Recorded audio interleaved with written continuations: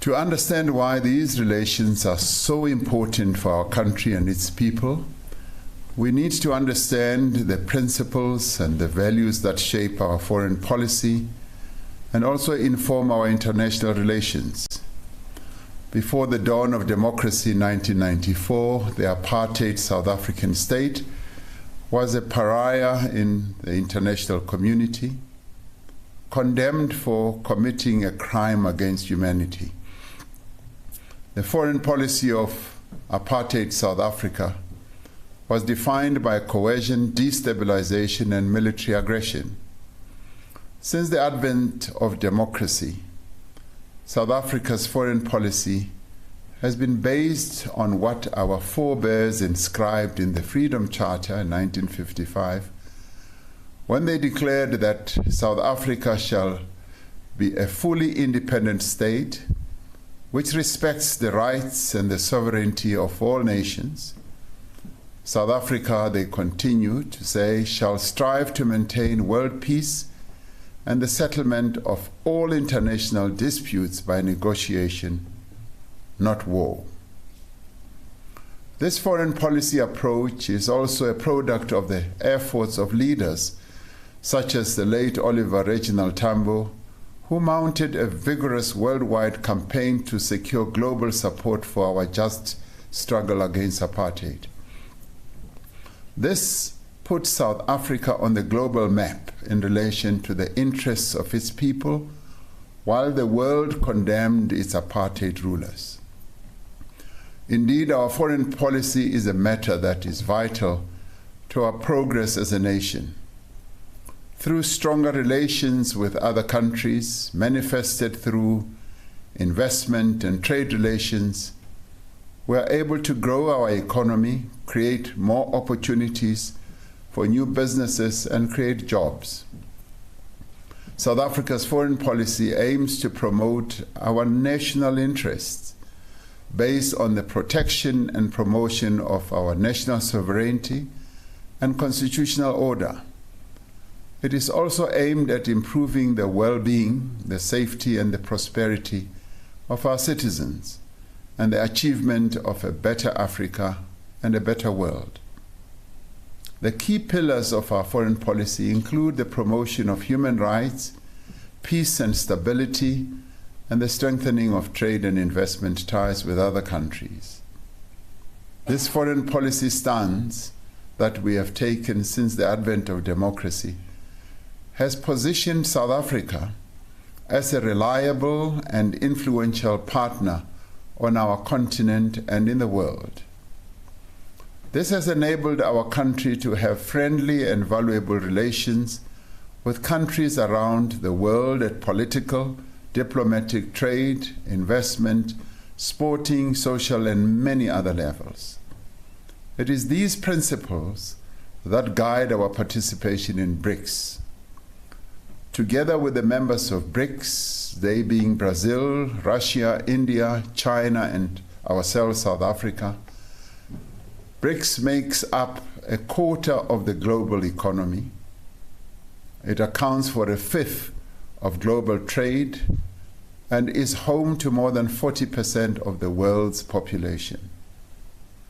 BRICS as a formation plays an important role in the world due to its economic power, its market potential, its political influence, and development cooperation. Yet the value of BRICS extends beyond its sheer size.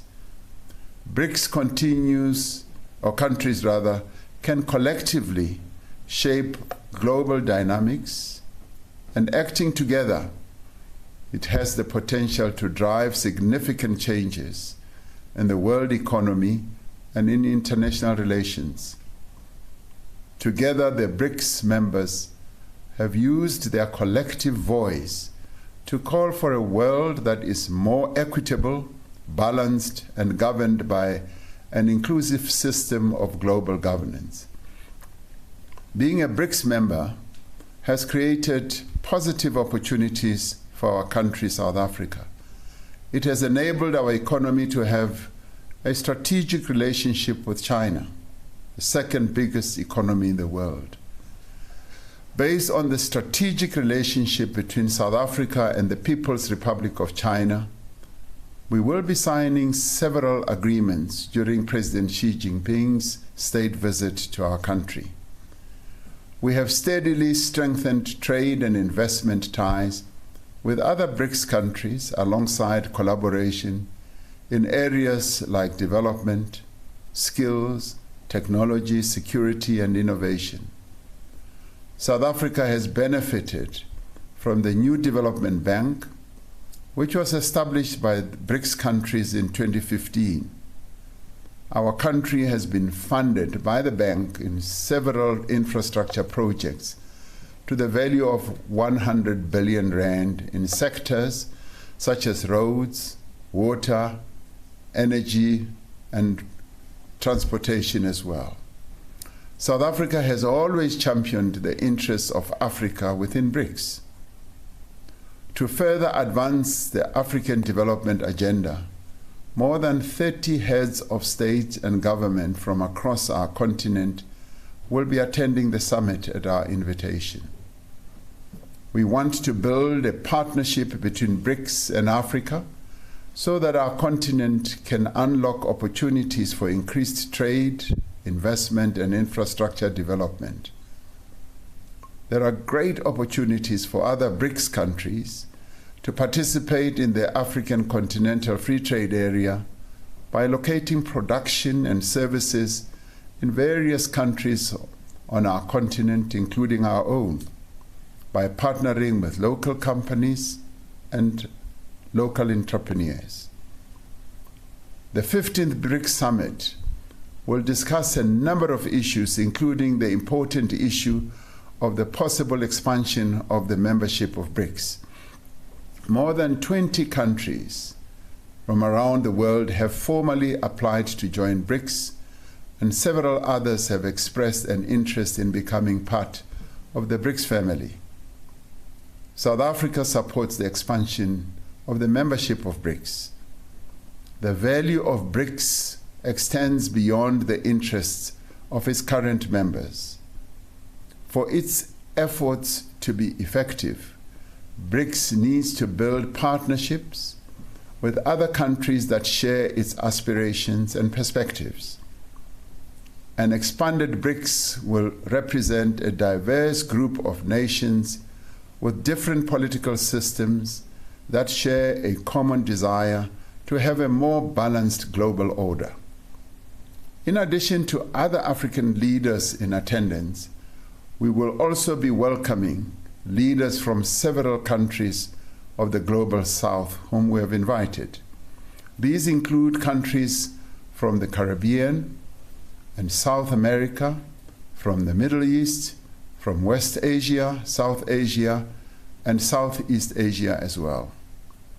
This BRICS Summit is particularly important as it is being held as the world is confronted by fundamental challenges that are bound to determine the course of international events for years to come. Our world has become increasingly complex and fractured as it is increasingly polarized and competing with each other in various competing camps. Multilateralism is being replaced by the actions of different power blocs, all of which we trade with, we invest with, and whose technology we also use.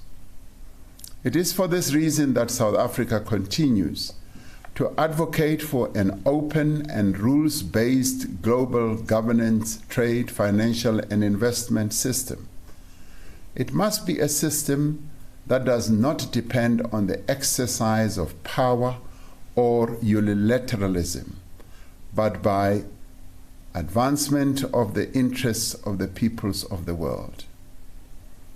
It is in this rules-based system that we seek to advance African prosperity and industrialization. We seek to change the rules to be fairer, but ultimately we want to promote an open system of economic and political relations. Amid all these challenges, Africa remains at the center of our foreign policy.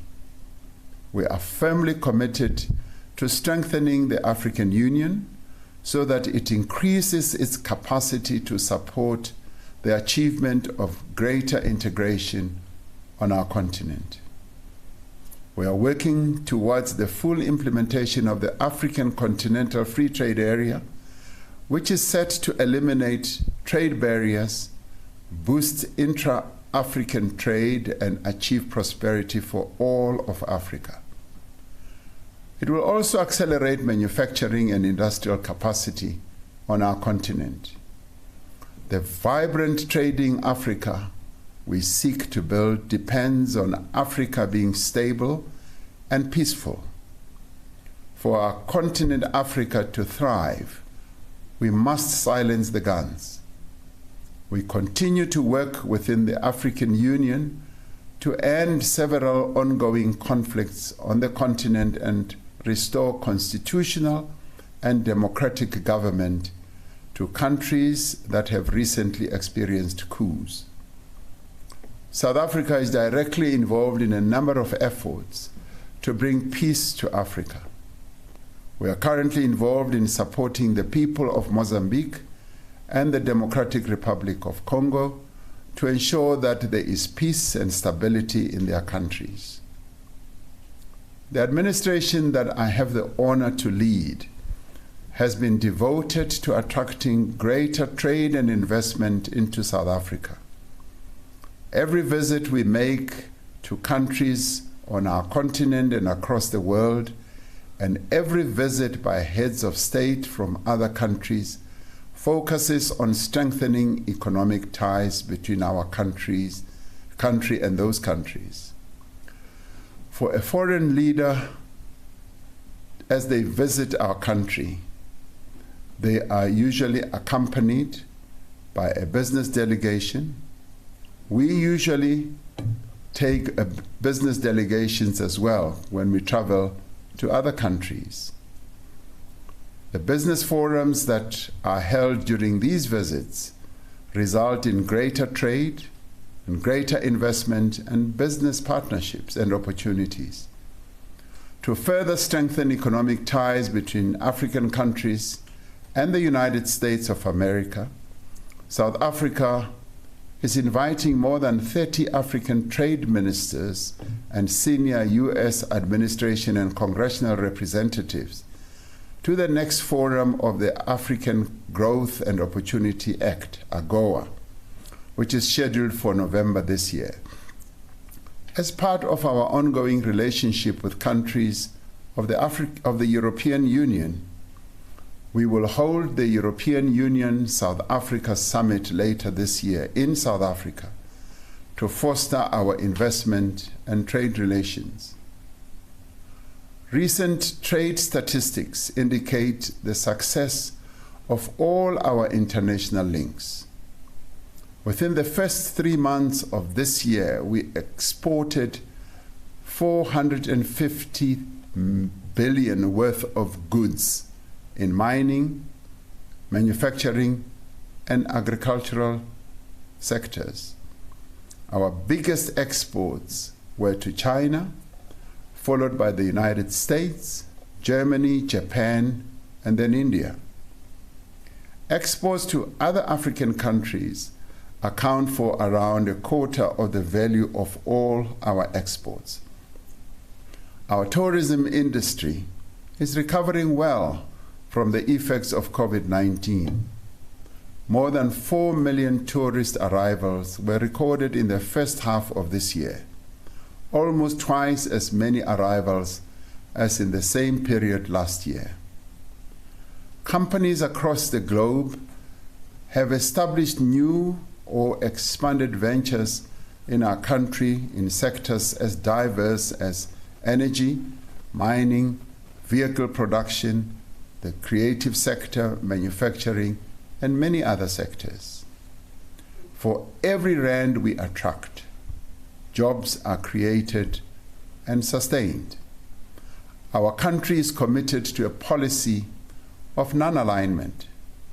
We have resisted pressure to align ourselves with any one of the global powers or with influential blocs of nations. During the Cold War, the stability and sovereignty of many African countries was undermined because of their alignment with major powers. This experience has convinced us of the need to seek strategic partnership with other countries rather than be dominated by any other country. While some of our detractors prefer overt support for their political and ideological choices, we will not be drawn into a contest between global powers. Instead, our country strives to work with all countries for global peace and development. It is for this reason that South Africa is a member of the Non-Aligned Movement, a forum of some 120 countries that are not formally aligned with or against any major power bloc. Our decision not to align with any one of the global powers does not mean that we are neutral on matters of principle and national interest. Our non-aligned position exists alongside our active support for the struggles of the oppressed and marginalized people in different parts of the world. We have always believed that the freedom that we won and the international solidarity from which we benefited immensely imposes a duty on us to support the struggles of those who continue to experience colonialism and racial oppression. That is why we will continue to support the struggles of the people of Palestine and Western Sahara. We are fully committed to the articles of the United Nations Charter, including the principle that all members shall settle their international disputes by peaceful means. More recently, we participated in the African Peace Initiative to seek peace in the Ukraine and Russia conflict. Through this African Peace Initiative, our country continues to be involved in processes to ensure that the children who were removed from their homes in Ukraine are returned to their families, and that the prisoners of war on both sides are exchanged. We continue to be involved in the talks regarding the reopening of the Black Sea to facilitate the flow of grain to the world markets. We firmly believe that dialogue, mediation, and diplomacy is the only viable path to end the current conflict and achieve a durable peace. We support the principle of respect for the territorial integrity and sovereignty of all states and peoples. In the midst of the grave challenges facing humanity, we are determined that a reformed and representative United Nations must be at the center of global affairs. Our support for the UN exists alongside our firm belief that this premier multilateral institution needs genuine reform to make it more democratic, more representative, and efficient. The UN Security Council must be transformed into a more inclusive, more effective body that is able to ensure peace and security. We're very pleased that the UN Secretary General, Antonio Guterres, will be attending the BRICS Summit at our invitation. South Africa, as a member of the Community of Nations, will continue to play a constructive role in world affairs. In 2025, South Africa will assume the presidency of the G20 group of nations. This will be the first time that the G20 meetings are held and hosted in Africa. The G20 summit in 2025 will be an opportunity for South Africa to take a lead on critical challenges facing the global community. South Africa's approach to foreign relations is to seek increased collaboration, to secure greater trade opportunities and increased investment, and to work closely with partners across the globe to entrench peace and democracy and prosperity.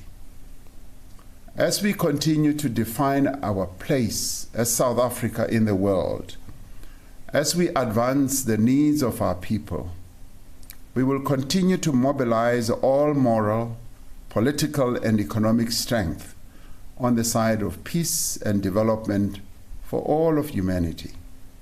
We will continue our efforts to give effect to the call of the Freedom Charter that there shall be peace and friendship.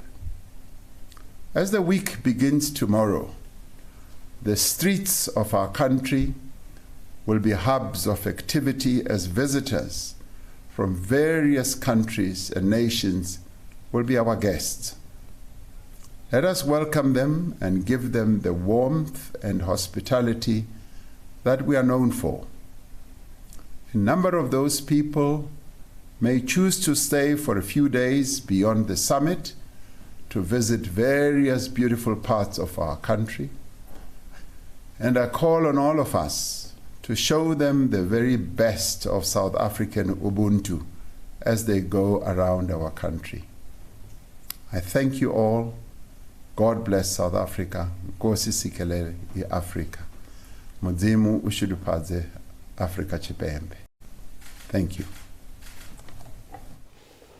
President Cyril Ramaphosa live from the capital, outlining South Africa's foreign policy, its objectives, as well as how it ties in with regards to the BRICS Summit that's starting on Tuesday until Thursday. Remember, tomorrow, the Chinese president will be landing on our shores. I understand it's around 11 p.m. and the state visit taking place on Tuesday. SABC News International Foreign Editor Sophie Mokoena is here with us as well. We're going to get her take in a short while. But just very first to you, Minister, the President outlining the importance in terms of the relationships with BRICS.